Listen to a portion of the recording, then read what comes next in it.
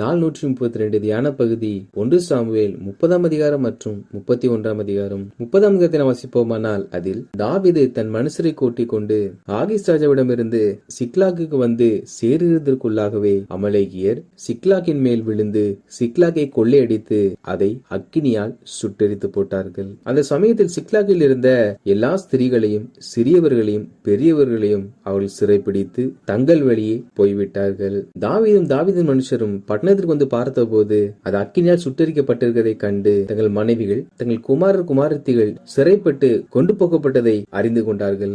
அப்பொழுது தாவீதோடு இருந்த எல்லா ஜனங்களும் அழுகிறதுக்கு தங்களில் பலன் இல்லாமல் போக மட்டும் சத்தமிட்டு அழுதார்கள். அதாவது இதற்கு மேல் அழுவதற்கு பலன் இல்லை என்று சொல்லத்தக்கதாக மிகவும் அழுதார்களாம். காரணம், அவர்கள் குடும்பங்கள் உடைமைகள் எல்லாம் இழக்கப்பட்டிருக்கிறது. இந்த நாளிலும் கூட மனிதர்கள் எந்த ஒரு காரியத்தை இழந்தாலும் அந்த இழப்பை தவிக்க முடியாமல் கண்ணீர் விடவும் கதறவும் நேரிடுகிறது. இங்கே தாவீதின் மனுஷரும் அப்படியாக பலன் இல்லாமல் போகத்தக்கதாக அழுதார்களாம். தாவீது மிகவும் நெருக்கப்பட்டார்.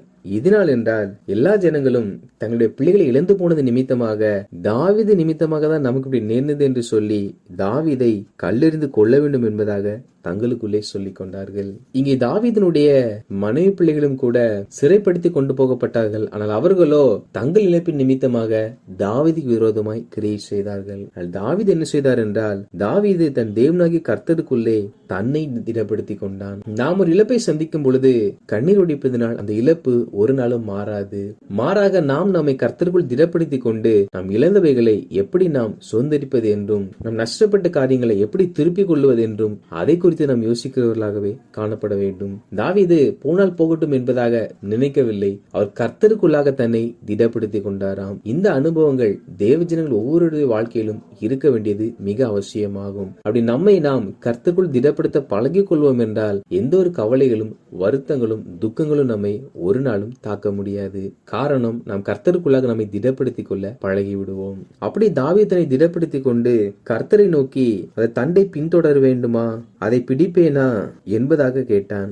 அதற்கு கர்த்தர், அதை பின்தொடர், அதை நீ பிடித்து சகலத்தையும் திருப்பிக் கொள்ளுவா என்பதாக கர்த்தர் சொன்னார். அதாவது தாவீதுடைய மனைவிகள் பிள்ளைகள் எல்லாரையும் அவர்கள் சிறைப்பிடித்து சென்றார்கள். தாவீதோ அதை நான் பின்தொடர வேண்டுமா என்பதை கர்த்தரிடத்தில் விசாரிக்கிறார். நம் கண்கள் முன்பாக நம் பிள்ளைகளை மனைவிகளை யாராவது கடத்தி சென்றால் நாம் ஜெபித்துக் கொண்டிருக்க மாட்டோம்.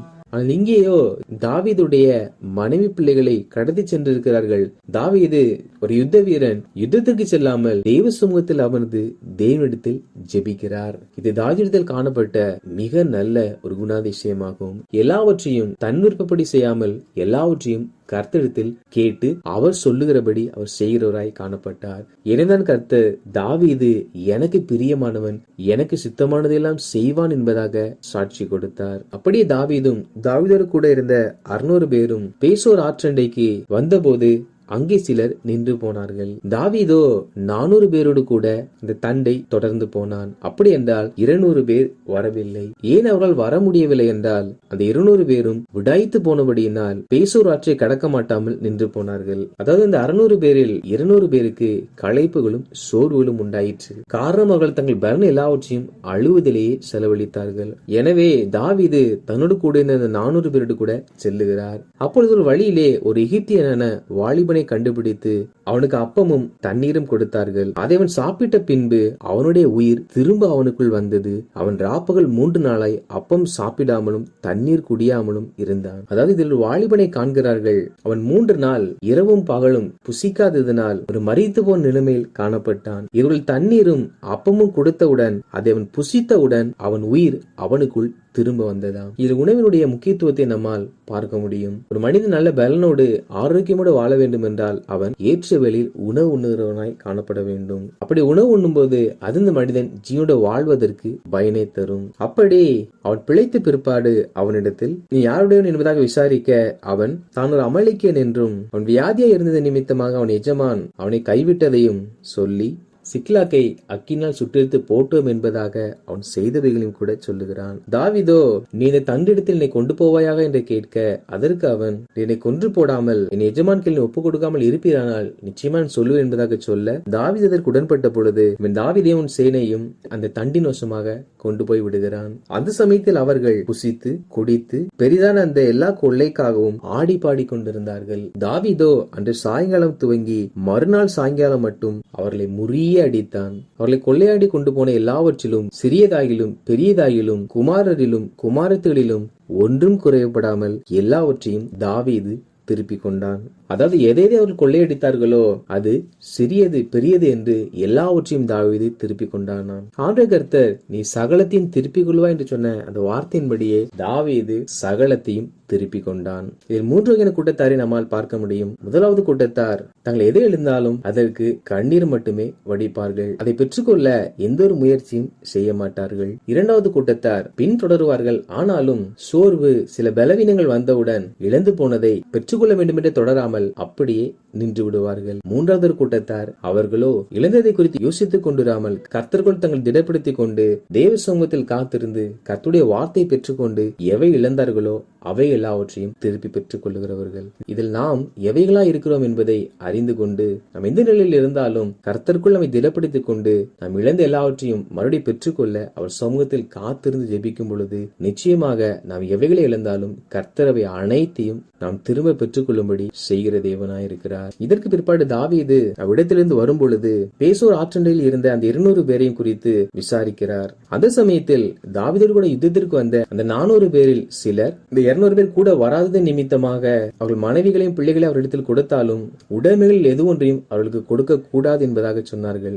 தாவீதோ, யுத்தத்திற்கு போனவர்களின் பங்கு எவ்வளவோ அவ்வளவு ரஸ்துக்கள் அண்டையில் இருந்தவர்களுக்கும் பங்கு வீதம் கிடைக்க வேண்டும், சரி பங்காக பங்கிடுவார்களாக என்பதாக சொன்னார். அதாவது யுத்தத்திற்கு போனவர்கள் இன்னொரு பக்கத்தில் யுத்தத்திற்கு வர முடியாதவர்கள். 2 பேரில் யுத்தத்திற்கு போனவர்களில் சிலர் அவர் வராத நிமித்தம் அவர் கொடுக்க கூடாது என்பதாக சொல்லுகிறார்கள். ஆனால் தாவீதோ எல்லாருக்கும் சரி பங்காக பங்கிடப்பட வேண்டும் என்பதாக சொன்னார். பின்பு தாவீது Bethel, Ramoth, யாத்தீர், Aroer, சிப்மோத், எஸ்தேமோகா, Rakhal, எராமியேல், கேனியர், ஓர்மா, ஒராசா, ஆட்ரா, Hebron ஆகிய பட்டணங்களில் இருக்கிற மூப்பர்களுக்கு கொள்ளையடித்தவைகளில் சிலவற்றை அனுப்பி கர்த்தருடைய சத்துருக்களின் கொள்ளையில் உங்களுக்கு உண்டாயிருக்கும் ஆசீர்வாத பாகம் என்று சொல்லி அவர்களுக்கு சில வெகுமானங்களை அனுப்புகிறார். 31ஆம் மதத்தினை வாசிப்போமானால் அதில் பெலிஸ்தர்கள் இஸ்ரவேல் ஜனங்களுக்கு விரோதமாய் யுத்தம் பண்ணும்படி வருகிறார்கள். இஸ்ரவேல் ஜனங்களும் விரோதமாய் எழும்ப இஸ்ரவேல் ஜனங்களும் யுத்தத்திற்கு வர இஸ்ரவேலர்கள் பெலிஸ்தர் முன்பாக முறியடிக்கப்பட்டார்கள். பெலிஸ்தர்கள் சவுலையும் அவன் குமாரரையும் நெருங்கி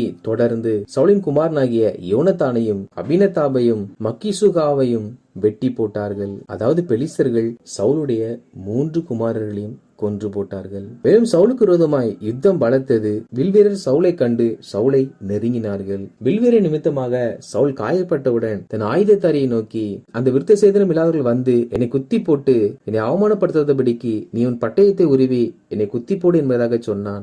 ஆயுதத்தாரியோ அப்படி செய்ய பயப்பட்டான். எனவே சவுல் பட்டயத்தை நட்டு அதன் மேல் விழுந்தான். அப்படி சவுல் செத்து போனதை பார்த்தவுடன் அந்த ஆயுதத்தாரியானவன் அவனும் தன் பட்டயத்தின் மேல் விழுந்து அவனோடு கூட செத்து போனான். சவுலின் குமாரர்கள் மாத்திரமல்ல, சவுலும் கூட காயப்பட்டது நிமித்தமாக அவரே பட்டயத்தை நட்டு அதன் மேல் விழுந்து மரித்து போனார். சாமுவேல் மூலமாக கர்த்தர் சொன்ன வார்த்தையின்படி சவுலும் சவுலுடைய 3 குமாரர்களும் ஒரே நாளில் மரித்து போனார்கள். சவுல் செத்து போனார் என்ற காரியம் அறிந்தவுடன் எல்லா இஸ்ரவேல் ஜனங்களும் ஓடி போனார்கள். மறுநாள் பெலிஸ்தர்கள் மரித்தவரிடத்திலிருந்து எதைகளை பெற்றுக்கொள்ளலாம் என்று சொல்லி வந்தபோது சவுலும் சவுல் குமாரனும் மரித்திருக்கிறதை பார்த்தார்கள். எனவே அவர்கள் சவுல் தலையை வெட்டி அவைகளை பெலிஸ்தர் தேசம் முழுவதற்கும் அனுப்பி சவுலுடைய ஆயுதத்தை விக்கிரக கோயிலில் வைத்தார்கள். பெலிஸ்தர் செய்தார்கள் என்ற காரியம் யாபேஸ் பட்டணத்தார் கேட்டபோது அவர்கள் சவுல் உடலையும் சவுல் குமாரர் உடலையும் யாபேசுக்கு கொண்டு வந்து அங்கே தகனம் பண்ணினார்கள்.